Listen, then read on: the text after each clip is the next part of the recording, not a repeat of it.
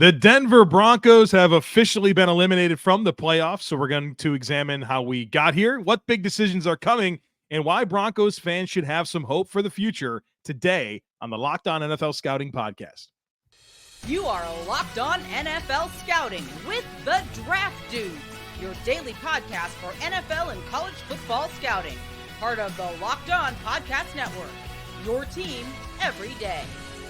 What's better than this? It's guys being dudes here on the Locked On NFL Scouting Podcast. We're the Draft Dudes. I'm Joe Marino from Locked On Bills. He's Kyle Crabbs from Locked On Dolphins.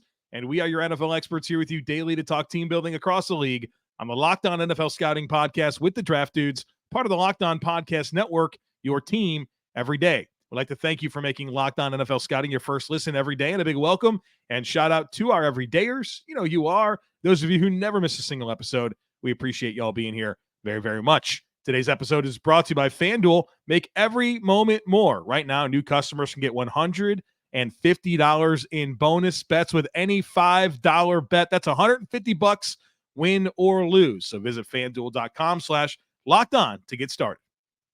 Joe, it's time to break down another season off the rails. And I think this is one that presents some unique challenges given the head coach in his first year and the quarterback in his second year who's now been benched, and the start that this team had at 0-3, climbing their way back now to 8-8, still weirdly have an outside chance at the postseason until the other results in week 17 broke their way. They did their part and won.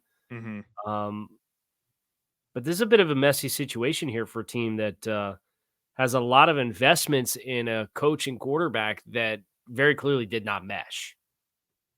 This is going to be a unique conversation because there's some, like you mentioned, some unique challenges. There's some unique good things that are happening as well with the Denver Broncos. But as we consider, how we got here, we're not making the playoffs this year.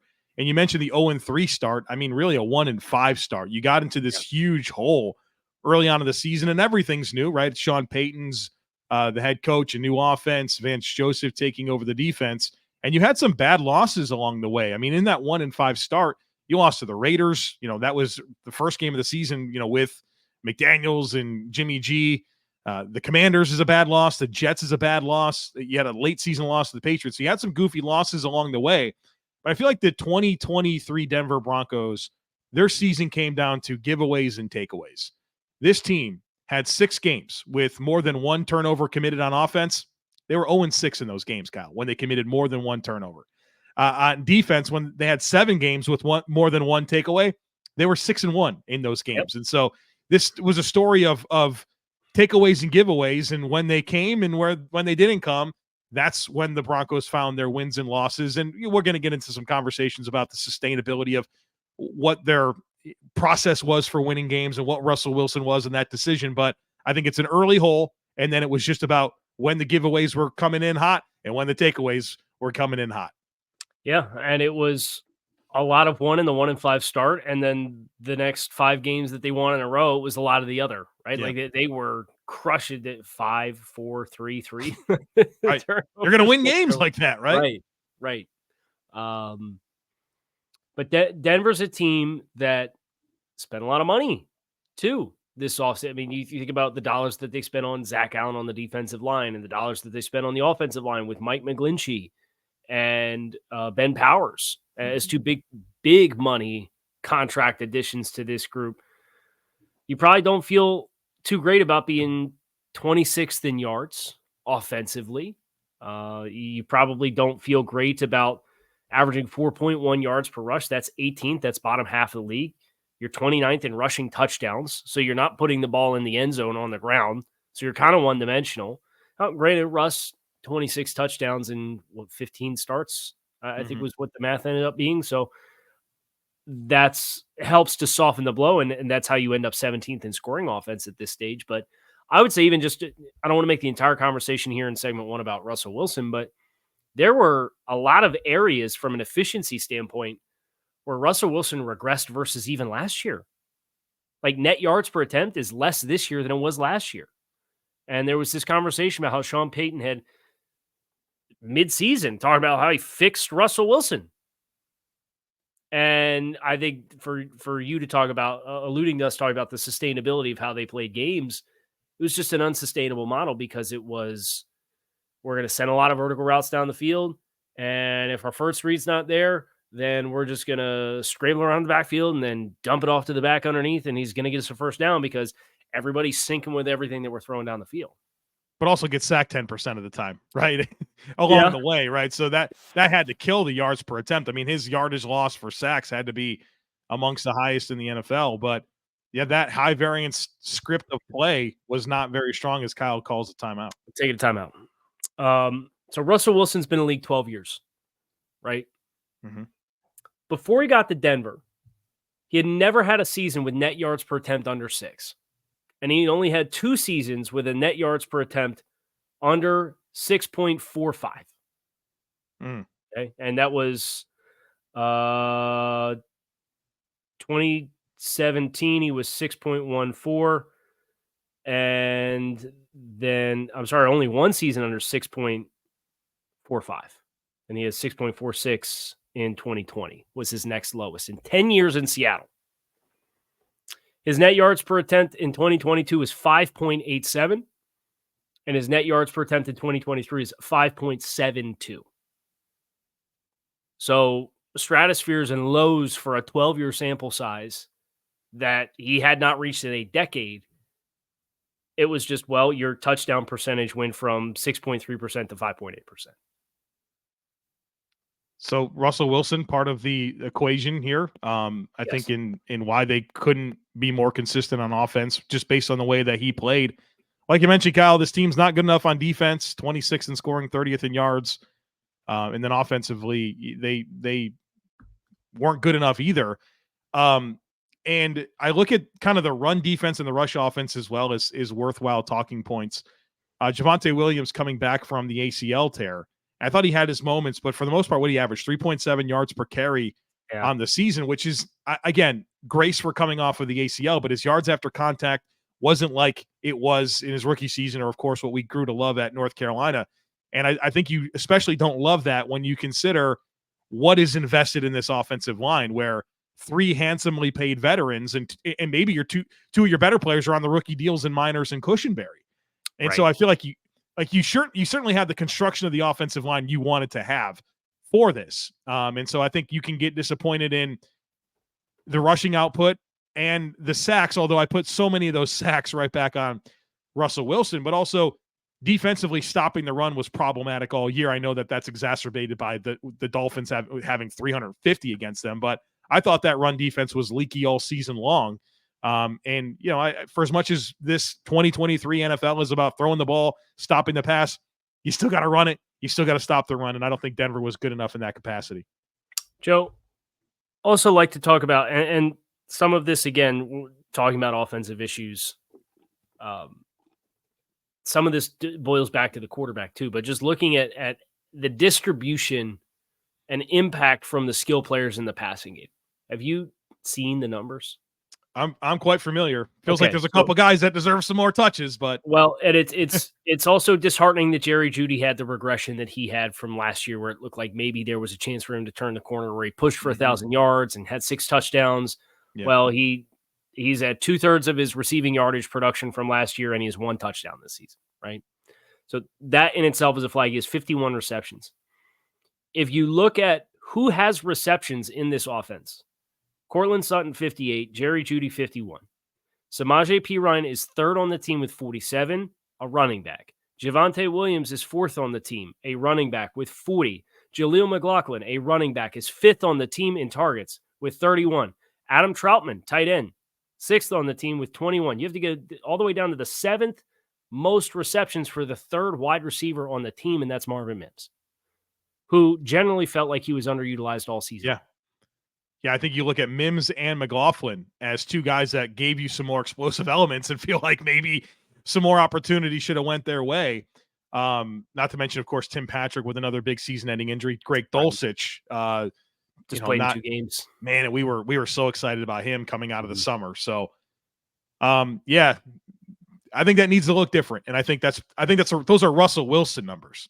And the difference is Seattle was keenly aware of the limitations of Russell Wilson through years and years of dealing with him. And now back-to-back years, different offensive coordinators in Denver, it takes time to figure out how to manage around those limitations that just they exist. So, all right.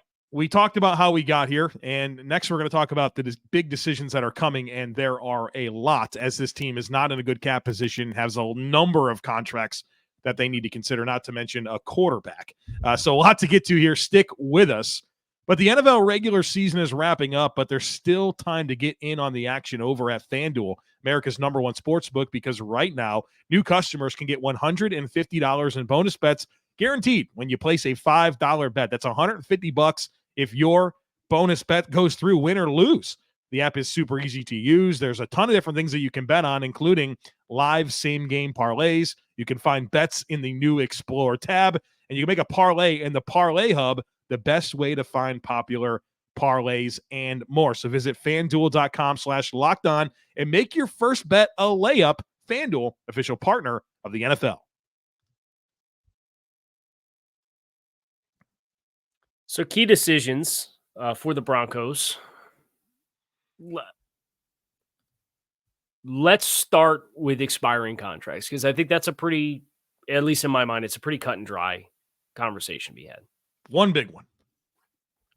And that one big one is Lloyd Cushenberry. Yes, 26-year-old stud center. Sign him back. Josie Jewell, I think, would be worthy of a new contract with the team. I think he's played productive football.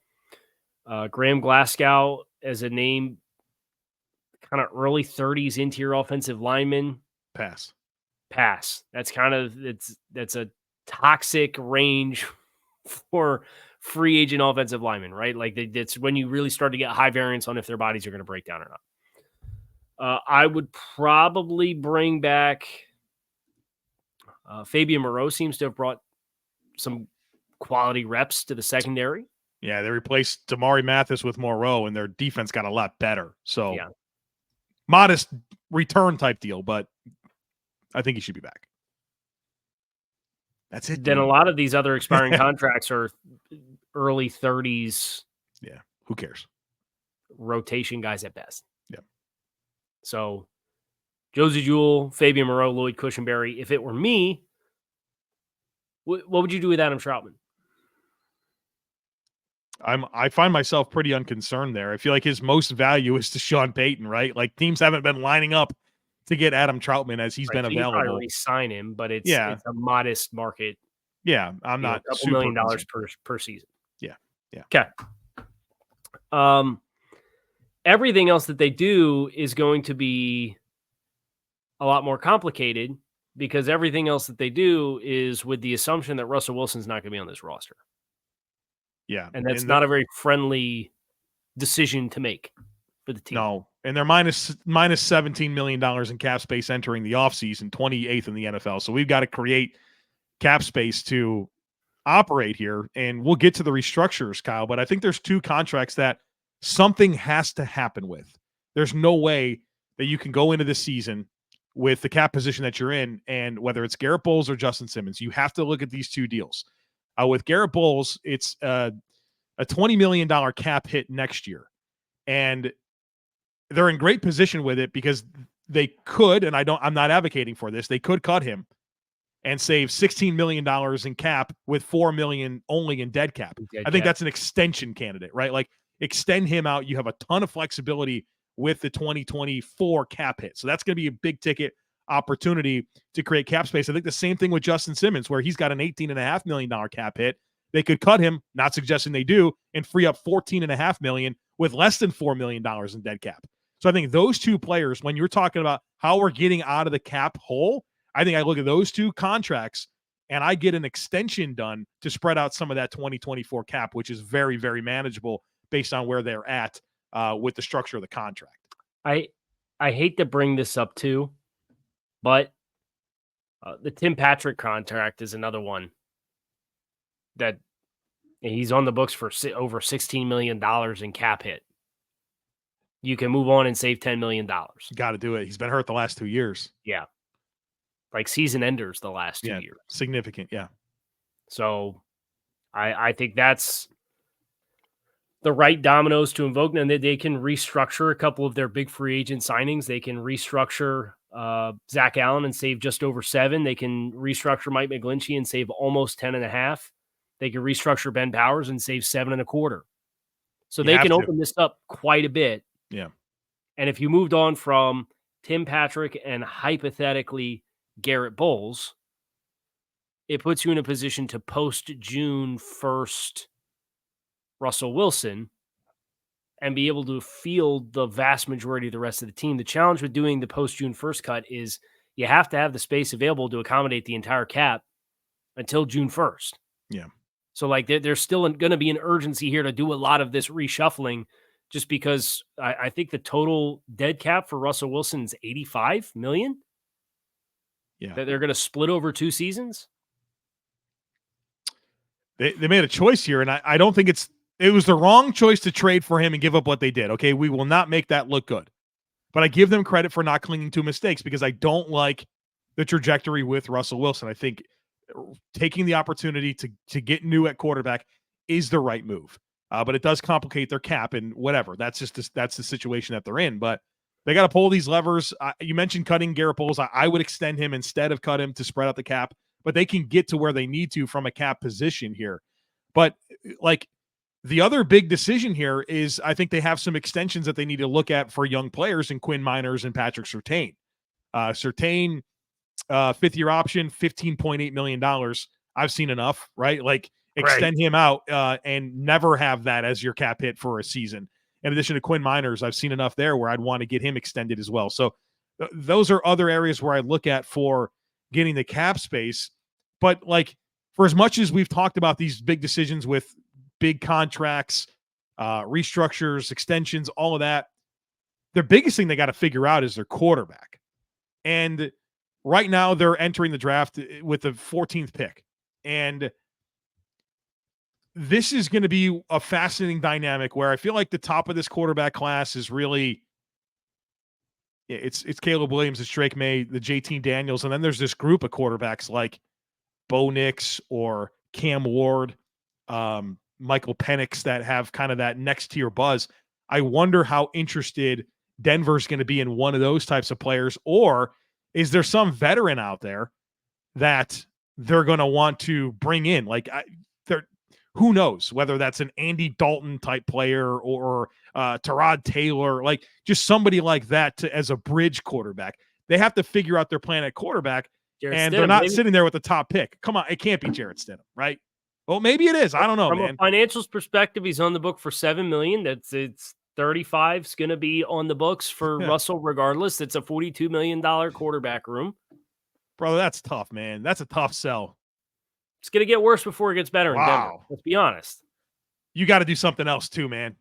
Sure, Stidham can be part of your mix, but you got to do something else. And this is probably going to be an ugly situation next year where it's Stidham, maybe a young player, maybe another vet, where you feel like is anybody going to really cling to that and tell you that they're the deserving guy? No. You're probably going to enter another season with quarterback. I don't envision them answering their quarterback question this offseason. That's tough, man. That's tough. I mean, I guess they're going to have to be patient here, because if they don't find an answer at quarterback, I'm expecting a very mediocre football team. And it's been a while. I mean, it's been a minute here for Denver, right? Like one of the most proud franchises in the NFL that's been historically really, really good. We're like pushing a decade here of just like not being able to figure things out. Well, I think that's why this weekend's game, even though it's no playoff implications, is kind of important. For Denver, Sean Payton in year 1, they're 8-8. They have an opportunity to have a winning season, which they have not had since 2016. They went 9-7, the year after they won the Super Bowl. Man, they won that Super Bowl and crashed. Yep, because Peyton Manning was on his last legs, but Peyton Manning came. They played in 2 Super Bowls in 3 years. Yeah. I don't think any Broncos fan would give it back, but now you're far enough detached from it where it's like, okay, we can't hang our hat on that anymore. I can only reminisce about that so long. It's time to get this turned around. So I think the fact that there's been the life that's been breathed into Denver from a record perspective for Sean Payton and from a scoring perspective. They were 32nd in the league last year in scoring offense. They're 17th this year. It's improvement. There's some improvements, but this Russell Wilson decision to pivot and have nothing for him is going to cost you a lot of your opportunity to expedite answering the question unless somebody falls to you at 14. Because, look, let's be honest, they don't have a 2 this year either. Right. So they have a 1. They have the Saints 3, Miami's 4, the Jets 5, their own 5, and then a 7th as things currently stand.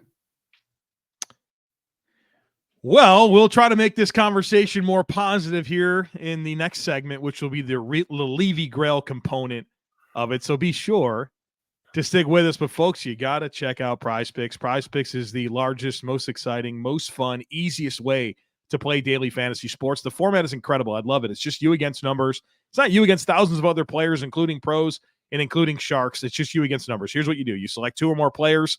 You pick more or less on their projected stats, and you place your entry. That's it. It doesn't take long. You can make an entry in under a minute, and then when you win, the withdrawals are super, super quick. So check it out. Go to prizepicks.com/LockedOnNFL and use code LockedOnNFL for a first deposit match up to $100. Again, that's prizepicks.com/LockedOnNFL and use code LockedOnNFL for a first deposit match up to $100. PrizePicks, daily fantasy sports made easy. I got you. All right. We'll do it. Fight all my men. I'm hurt, but I'm not slaying. I'll lay me down and bleed a while and rise and fight again. Right? It's bingo. Levy Grail, the poem Marv Levy gave to the Bills after they lost the Super Bowl.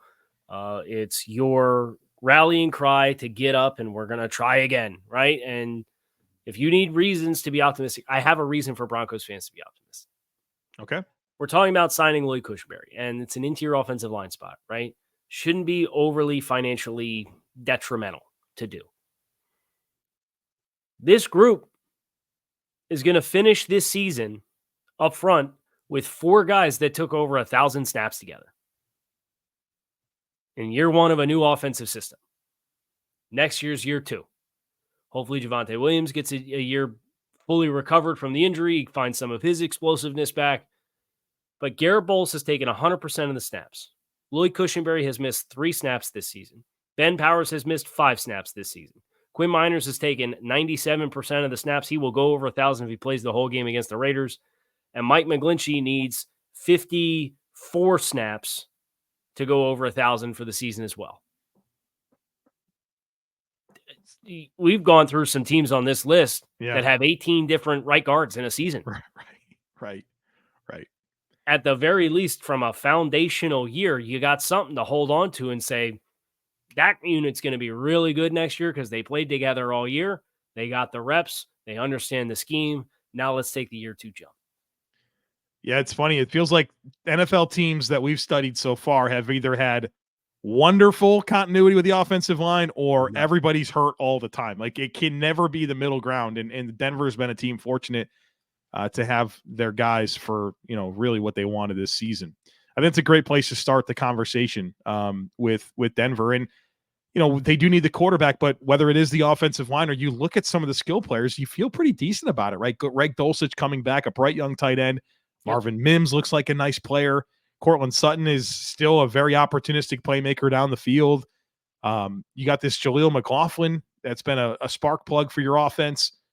They got some talent, right? And they can kind of fill in the blanks and improve. Obviously, the quarterback's the most important piece, but structurally, it feels like they're pretty close to having everything that they need to usher in that next quarterback. And oh, by the way, you have Sean Payton, right? I feel like that's a point of optimism for Denver as they've navigated a rough stretch of head coaches.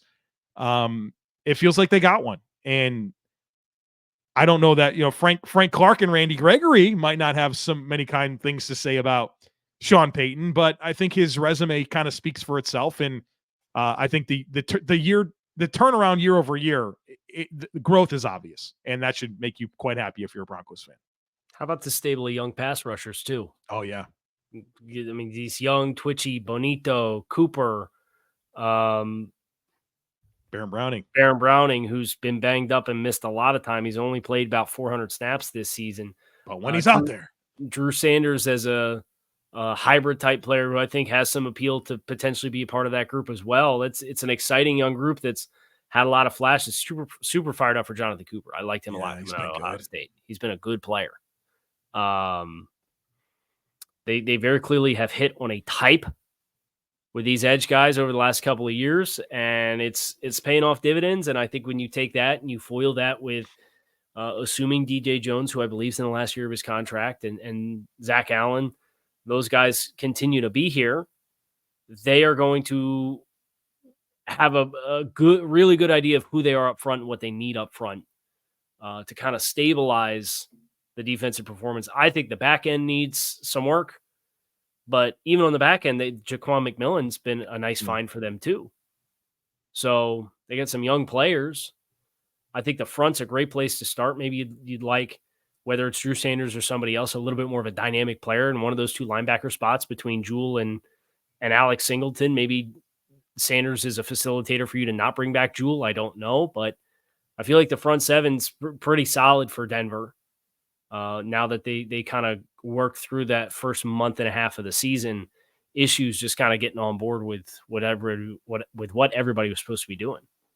Yeah, and I think there is room for improvement in that secondary, but Patrick Surtain, Justin Simmons, you mentioned Jaquan McMillan, get another safety in another corner and let's go. You know, like I think you're going to be okay here. I'm guessing the landscape in the AFC West probably gives Denver fans some hope. The Chiefs are not a juggernaut right now. And maybe they can get some offensive weapons and they have plenty of resources to do so. That could change things. But like the Chargers are resetting at head coach and GM, the Raiders as well. So like it feels like a big climb to get up to where Kansas City's been. But the way that we feel about this division today, to me, is a lot different than it was maybe entering the season. And maybe that gap isn't quite the chasm that we maybe thought it would be for a long time. Yeah. I think they're certainly ahead of the curve with the teams that are not named Kansas City. Yeah. And I think Kansas City's regressions right now, even if they get the wide receivers, which I think they'll probably swing pretty hard at, what is Travis Kelce moving forward?